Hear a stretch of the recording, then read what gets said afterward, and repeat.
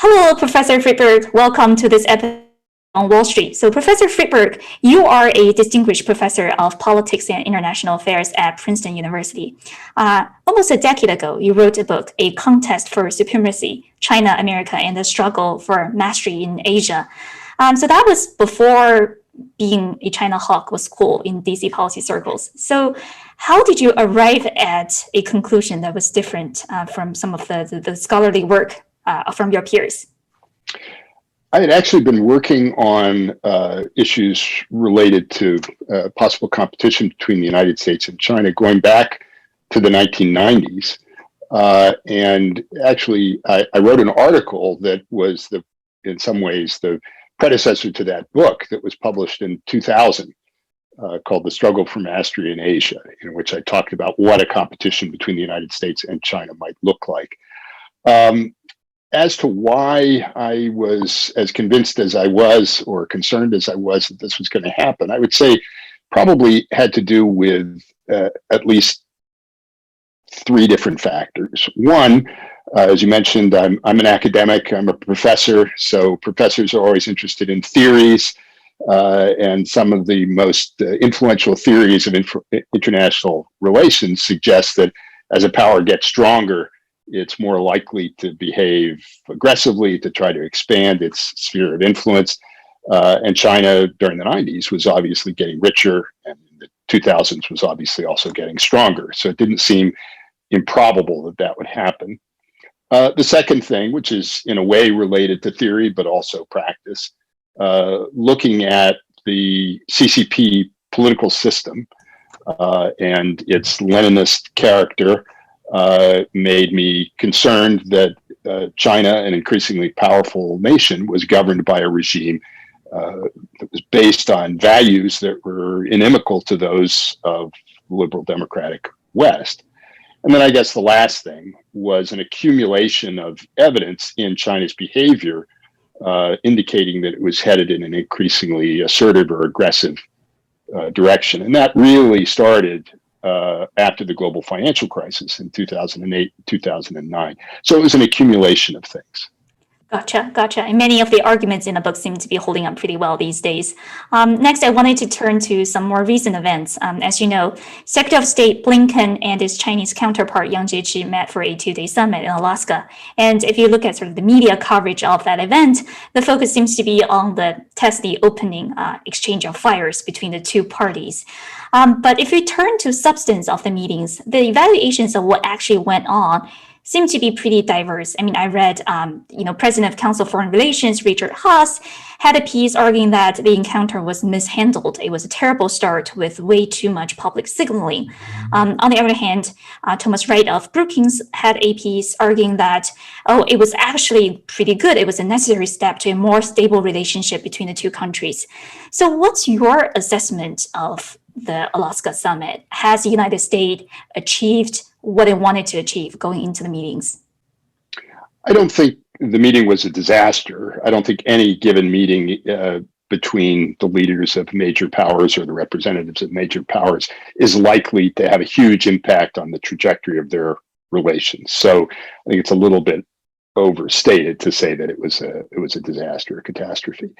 It clearly didn't accomplish much in tangible terms in the ways that we might expect a normal meeting of this kind to produce results. There was no agreed statement. There was no agreement to meet again. There was no resolution of any outstanding issue. But then again, I don't think that was the intent. It seems to me that the purpose from the point of view of the United States was to send a signal, first and perhaps foremost to the Chinese leadership, that the United States was intent on responding in a forceful way to things that China's been doing. And, that was partly in the statement, the initial statement, but it also had to do with a little bit of drama when the Chinese side was originally supposed to talk for 2 minutes each, and they talked for 17 minutes. And so the American side obviously decided we're not going to take this, and we're going to talk. I don't know if they talked for 17 minutes, but and that's just a way of showing that you're not going to be pushed around. But it's also a signal of a new administration coming in, about which there might have been some question, that their overall approach to dealing with China is going to be forceful and, if necessary, even confrontational. So it's a signal to Chinese leadership. I think it was also probably intended as a signal to U.S. allies. And the timing of the meeting was interesting and significant because the U.S. Secretary of State and Secretary of Defense had just a day or two before met with their counterparts in Japan and then in Korea. So this meeting came after that, and by behaving in the ways that they did and by taking a tough line, I think they were trying to reassure U.S. allies that they're not going to pull the rug out from under them, and that if we're urging our allies, as I think we're going to be doing, to do more themselves to deal with China, to stand up to China, we're going to back them up. So it's a signal there. And last, and in some ways it's perhaps as important as either of these others, it's a signal in American domestic politics. I think the new administration has been intent on demonstrating that it is not soft on China. They're concerned, I think, about being criticized from the right, Republican Party, arguing that President Trump was really tough on China, and somehow the Democrats are going to be weaker. And that was not what came across in that meeting. And I think again that was deliberate. So it's a signal to our domestic political audience as well. Gotcha. As you mentioned, we saw more coordination with allies before the meeting, but also after the meeting. Earlier this week, we saw the United States imposed a round of China-related sanctions in coordination with EU, Canada, and Britain. And Secretary of State Blinken came out with a statement talking about a united transatlantic response to send a signal to human rights abusers and things like that. So in terms of sanction, first question, what's the difference between coordinated sanctions versus U.S. doing it alone, as we saw during the Trump administrations? What's the significance of sanctioning with partners in alliance here? I think the significance is that the United States is not standing alone. It's a way of reinforcing solidarity with our allies, saying both in word and deed that we stand together and we are united in opposing what we regard as gross abuses of human rights. So it's a way of, again, signaling the solidity of our alliance. I think, again, for the new administration, which takes the view that its predecessor didn't pay adequate attention to our allies, and in certain respects abused them, at least verbally, it's a way of showing that we're sort of back. We're going to be working. We're working together. I think it's also significant, thinking particularly of the Europeans.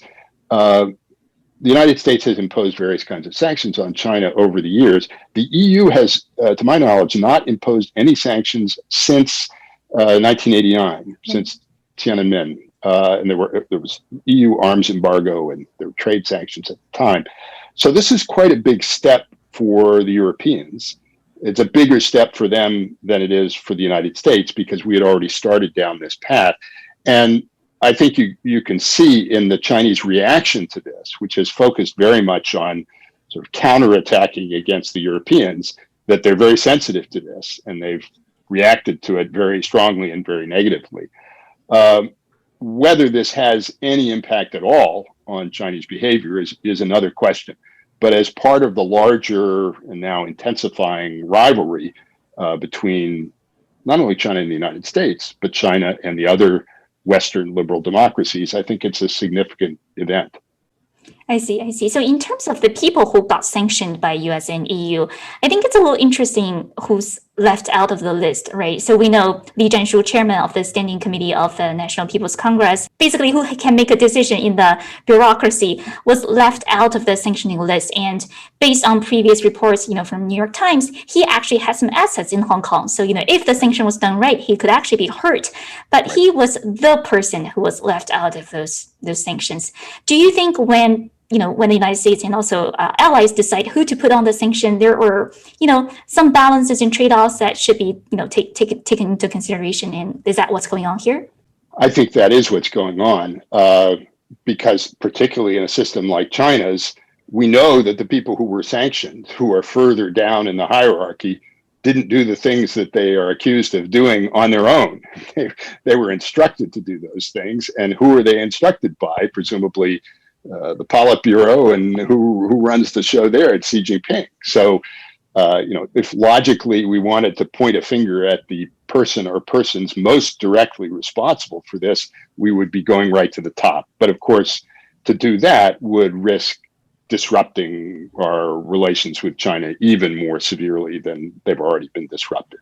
So this is a signal. It's a way of imposing at least some costs on some people in the CCP system who we allege have been directly involved in the implementation of these policies, which we allege, and I think correctly, are involve abuses of human rights. But it's always a tricky question of where you slice. We saw that in the case of Saudi Arabia too, where sanctions were levied against all of the people involved in the assassination of Mr. Khashoggi, except the crown prince, who was obviously the one responsible for it. So you have to balance. Gotcha. In addition of the counterattacks by China, so today and also the day before today, we also saw, Chinese state TV sort of lashing out at foreign clothing and footwear brands like H&M, Nike, and we saw this crazy images of Chinese netizens, burning off their Nike shoes and cutting their H&M clothes into rocks. Did you expect that to happen? I mean, in terms of who's actually getting hurt, do you worry that it is those US and European companies who are bearing the cost of those sanctions? Well, it makes a lot of sense from the CCP perspective to target those companies because their best hope of imposing some restraint on Western governments is to reach out to the people who may have some influence with those governments in the business community. So they're doing that for a reason. I don't think these actions were just random, the ideas of individual Chinese citizens. Maybe they were to some degree, but it makes sense for the government to do that. The targeting of the individuals and institutions who were on the list that the Chinese government issued earlier in the week is kind of odd. It includes members of the EU Parliament, it includes some academics, it includes a very noted German think tank. So you can see what they're trying to do. They're trying to retaliate in some way to say, well, you sanctioned us, we're going to sanction you. But it's clear that the people that they're sanctioning are guilty only of one thing, which is of criticizing the CCP regime. Whereas the people who we've sanctioned are allegedly involved in actually committing crimes. So it's obviously not comparable. But the name of the game from Beijing's perspective is to impose pain on selected constituencies and targets in Western countries to try to get them to impose pressure on their governments to back away. And from their past experience, they have reason to think that could be successful. The story of the last 30 years really is one in which the business communities in Western countries have played a major role in making the case for maintaining good relations with China, almost regardless of what the Chinese government did. And so the CCP is hoping that still works. I don't think it's going to work as well as it's worked in the past, because there's really been a major shift in public attitudes, not only in the United States, but in Europe as well. And I don't think the European governments have necessarily caught up with those changes in attitudes, and the CCP has certainly not caught up with them. Gotcha. Thank you for your insights. Next, I wanted to turn to some broader questions on US-China competition. So I read your article published a few years ago, Competing with China, in which you wrote, historically, what has moved and motivated American people is a recognition that the principles on which their system is founded are under threat. So, if you told me that 3 or 4 years ago, I might agree with you, but after 4 years of extremely divisive US politics and after what we saw on January the 6th, do you think the Americans still have that unity today to stand up against authoritarianism? How hard will it be nowadays to sort of mobilize the American public to stand up against China's practice? That's an excellent question, and maybe in some ways it's the most important question, because if we can't have some degree of consensus on the need to stand up to China and to compete more effectively with China, we can come up with all the plans and proposals that we want, but it'll be very difficult actually to implement them. Moreover, if we don't arrive at some sort of consensus on this, the policies that one administration introduces may be overturned and reversed by the next. I think it's also true that, as you say, there's a degree of partisan division in this country, which is unlike anything we've seen in decades, if not centuries, and that does make it difficult to coordinate and cooperate to the necessary degree to get legislation and so on. All of that said, however, it's notable that one issue on which there is a degree of consensus, certainly in the domain of foreign policy, between Republicans and Democrats, is the fact that China is a challenge or a threat. And that's rather new. There wasn't really that agreement. And this goes back to our earlier discussion of the Anchorage meetings and the significance of the new administration behaving in the ways that it did. There is now consensus on the problem. I think the Democrats would say, and this is actually surprising, the extent to which the new members of the new administration have said this. In effect, the Trump administration was right in its diagnosis of the problem, but there were elements of its prescription that didn't make sense or were self-defeating or harmful. There were things that were lacking that need to be there, but they're not arguing with the basic proposition about China being a challenge. And if you look at public opinion polls, you find among both Republicans and Democrats a high degree of skepticism or suspicion of China, and it's increased markedly in the last 3 or 4 years. So there's at least the potential for consensus on policy. And I think we're going to start seeing that because there have been some bipartisan proposals for legislation for various programs that would be directed at competing more with China. And so there's the possibility there of doing more. I guess the last and larger issue is whether and to what extent it may be possible or desirable to mobilize public support around the existence of this external threat. That's a tricky and sometimes can be a dangerous business because you don't want to arouse passions that could encourage people to behave in illegal and harmful ways towards people who are Chinese or Asian ethnicity in the United States, and that's a real and serious concern. You also don't want to stir up so much anger and hostility and fear that there's public pressure for the government to do things that would be unwise. At the same time, if you're going to engage in a protracted competition with a major competitor like China is today, you need to educate the public and you need to tap into public support for the kinds of policies that we're going to need to put into place to conduct that competition. And some of those are going to be costly. They'll be costly perhaps in terms of budgetary dollars. They may also impose costs on some businesses, some sectors of the US economy, and there will be resistance to that. So there needs to be not only consensus in Washington, but a consensus in the country as a whole on the need to do these things. And we're a lot closer to that than we are to agreement on virtually anything else. Gotcha. In terms of historical reference, I've heard people, comparing this US-China rivalry to a second Cold War. But I've also heard things like, okay, so the essence of US-China rivalry really is great power competition. It's nothing like US and the former Soviet Union's competition over military prowess. So how would you characterize the essence of US-China competition? Is it a battle over values? Is it great power competition? How would you make that characterization? I think it's both a great power competition and a competition over values or between systems. The European Union issued a report in 2019 that talked about China as a systemic rival. So a rival, not just in its economic practices, but in its values, the character of its political system. And I think we are engaged in both in a great power competition and a systemic rivalry. And it's not just a rivalry between the United States and China. It's a rivalry between China and the Western liberal democratic world.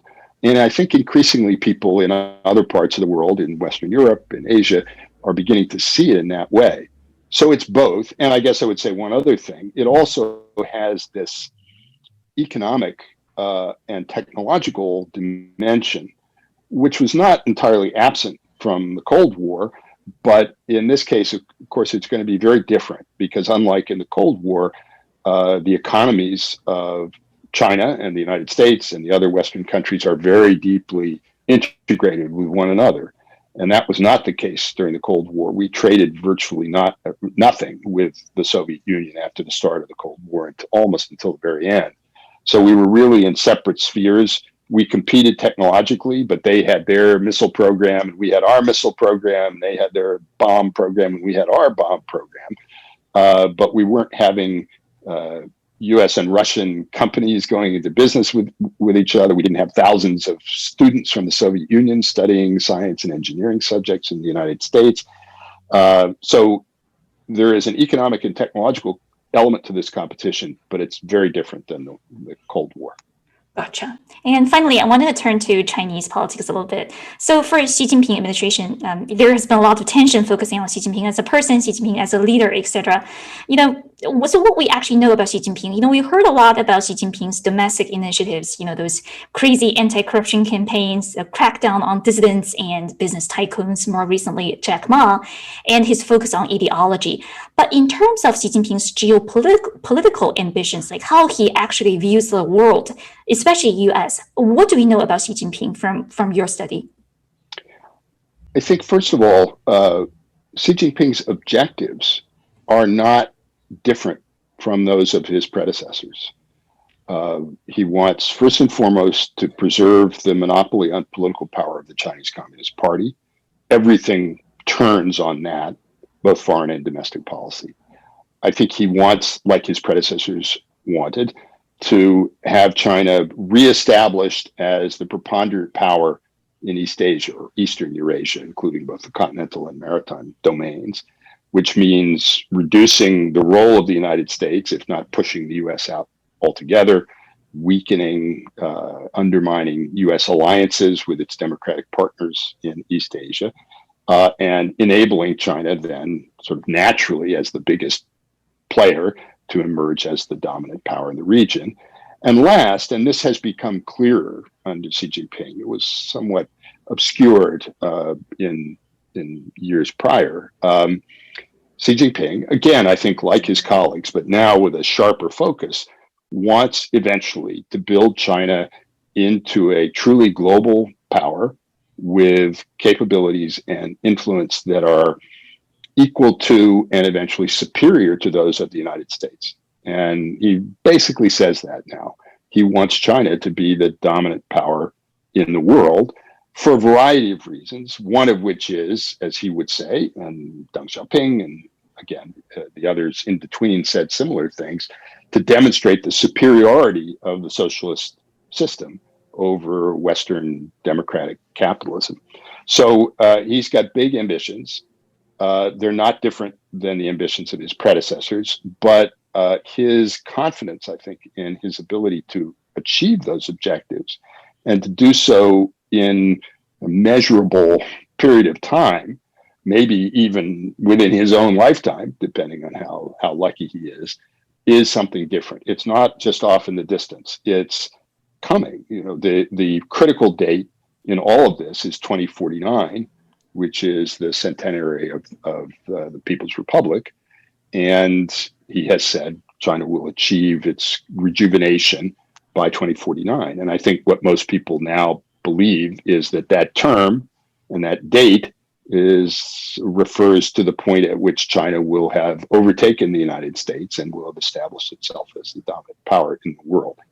As to how he views the United States, it kind of follows from that. And again, it's very similar to his predecessors. going back to Mao, but even Deng Xiaoping and Jiang Zemin and Hu Jintao, who were in some ways more friendly or seemingly more friendly towards the United States and the West, CCP leaders have believed that the West, led by the United States, was fundamentally hostile to the People's Republic and to the Chinese Communist Party, that it sought to undermine and weaken the CCP regime and to promote what Mao referred to as peaceful evolution, gradually transforming China into a democratic capitalist country.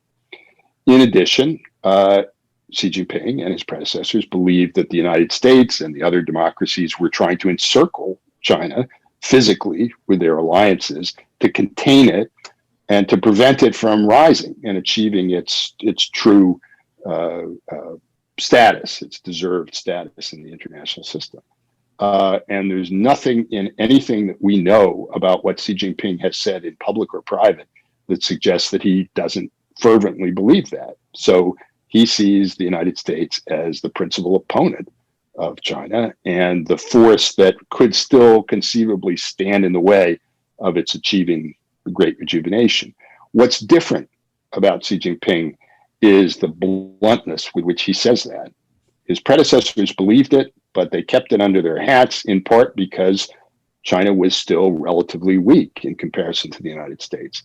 Xi Jinping believes it, and he says it, both because I think he believes he can achieve it, and also because he is trying to mobilize support in his own country and to justify the kind of harsh and repressive domestic policies that you referred to, and also the economic policies that the CCP is now pursuing to try to push sort of state-directed technological innovation. The domestic and the foreign parts of his grand strategy are intimately connected. And I think he has tried to convey a sense of urgency and also a sense that he is now reaching, or China is reaching for this big objective as a way of, as I said, mobilizing support and justifying his own tough rule. And it seems for the moment to be working. There's certainly not much evidence of any kind of opposition within the party. Occasionally, very brave individuals will speak up. This happened at the start of the COVID pandemic a year or so ago, and criticize Xi Jinping and criticize the regime. But those people have been rapidly silenced and in some cases imprisoned. So Xi Jinping seems to be in quite firm control right now, and it's clear what he's trying to do. I see. So in terms of the difference between United States and China, China has this grand strategy that goes all the way into 2049 or, 15-year plans, 5-year plans. We see lots of those.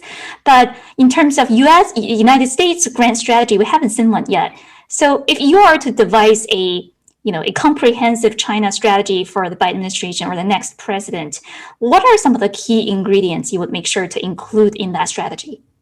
Well, let me just start by saying, I think your point is correct, but we did have a grand strategy after the end of the Cold War, which was we were going to engage China economically and in other ways. We were going to maintain a presence, a military presence and alliances as sort of insurance. But we believed and hoped that by doing this over time, we would encourage essentially the liberalization of China's economic and political systems and China's incorporation into the existing international order. And so everybody would be happy and the story would, have a happy ending. We had a grand strategy. The problem is that it didn't work. And we've somewhat belatedly now come to the recognition that it didn't work. And we're trying to devise an alternative grand strategy. So the point at which we've arrived now is one where the old strategy, I think, in the minds of most people, has been proven to have been ineffective, but we haven't yet formulated a new one. What it should consist of is a big question, and lots of people are offering their views. I wrote an article that was in Foreign Affairs this past summer that laid out my opinions on this. I guess I would say, maybe sum up a number of big points. One, I do think together with our allies, we have to make sure to maintain a balance of military power in the Asia Pacific region, that is sufficient to deter China from taking military action, maybe especially against Taiwan in the next decade or so. That's critical. There is a military dimension to this competition. I think we have to re-examine our policies, particularly in the economic realm, of open engagement with China. And we've started to do this, but I think there's more yet to be done. And we're going to have a degree of, I would call it partial disengagement of our economies in order to protect some of our advantages and to prevent China from exploiting the access that we've given them to our economic system. And that's something that the other countries, other democratic market-based countries, particularly those in Europe, are beginning to wrestle with too. So we have to not decouple entirely from China, but we have to change the fundamentals of our economic relationship with them in a way that reflects the reality of their system and the way in which it's trying to exploit our openness. I think in a similar way, we have to be more alert than we've been to the tools and techniques that the Chinese Communist Party has used to try to influence Western societies, so-called United Front tactics. And there's been controversy over this in Australia and New Zealand, a bit in the United States. But again, we've been very, very open because that's the nature of our system and because openness was an element of our strategy. But the CCP has exploited that or tried to exploit it as a weakness. It doesn't mean that we want to cut them off or we want to prevent students from China from studying here or people from China from visiting here. But we have to be more careful than we've been about allowing, for example, Congress just passed legislation over the summer that limited or restricted Chinese researchers who were associated with People's Liberation Army linked institutions back in China from doing research, collaborative research in the United States. That seems to me to be a very simple or a sensible step, but it's one that we've only just taken. So we need to do that. I guess two last things. One is, I think just about everybody says, we need to sort of put our house in order. We need to resolve the political deadlock to the extent that we can. We need to get our economy back up and running. We need to invest in infrastructure and scientific research and all the things that I think are generally agreed to be important and which almost everybody would agree we need to do more of and more effectively. But I don't think we can sit back and wait for that. We can't sort of fix all our problems and then go forth and compete against China. We have to both improve the functioning of our system and actively engage in this competition. The last piece of this, I do think, is ideological, and we've touched on it a bit. I think the United States has to work with other democratic countries to rally around shared principles. We shouldn't be talking, and I don't think we are right now, about American values. We should be talking about universal values, individual freedom, rule of law, freedom of religion, freedom of the press, freedom of speech, democratic government. We should be uniting around those, and we should be forcefully making the case for the superiority of our system. We need to push back against the line that the CCP is now pushing, that they've proven that authoritarianism is better than democracy and that state-directed economies are more efficient than market-driven economies. That's not true. It hasn't been true. It's not going to prove to be true in the long run. But we need to make that case, and we need to make it to our own people. But maybe most importantly, we need to pay attention to what the CCP is trying to do in the developing world, because a lot of their propaganda and a big part of their effort to establish themselves as a global power has to do with trying to win support in the developing world. And part of that is around the Belt and Road Initiative, but it's bigger than that. And a lot of their criticisms of the West and criticisms of the United States aren't really aimed at us. They may be aimed a bit at the Chinese people, but they're aimed in particular at people in the developing world who in many cases haven't had happy experiences with the West. So we need to contest, we need to make the case for the superiority of our system. We have to encourage others to try to follow a similar path. We can't expect that China under the CCP is going to willingly go in that direction. I don't think it's also within our power, and in a certain sense, shouldn't be thought of as being our right or responsibility to change the nature of China's system. But I do think we need to demonstrate the failure of the policies that the CCP is currently pursuing. So we should think of ourselves not as being purely on the defensive, but also being engaged in an effort to demonstrate that these aggressive external policies and repressive internal policies in the end don't really work and don't serve the interests of the Chinese people, in addition to being harmful and threatening to people elsewhere in the world. So it's a big menu. I think we've gotten started in the right direction. Some of the things the Trump administration did, I think, were right. Some were not. And some things that they ignored, I think, were important, like talking about values and trying to work with our allies. And now the Biden administration is trying to pick up the ball. And from everything I've seen so far, I'm optimistic that they're going to try to continue to move in the right direction. Gotcha. Thank you so much for all the insights. And we'll make sure to include a link to the foreign affairs article so our interested audience can take a look at the article. Thank you. Thank you so much. And this has been such a wonderful conversation. Thank you, Professor Friedberg. I look forward to talking to you in the near future. Thanks, Lizzie. I enjoyed Thank it. you. And I too look forward to talking again. Awesome. Thank you. Bye.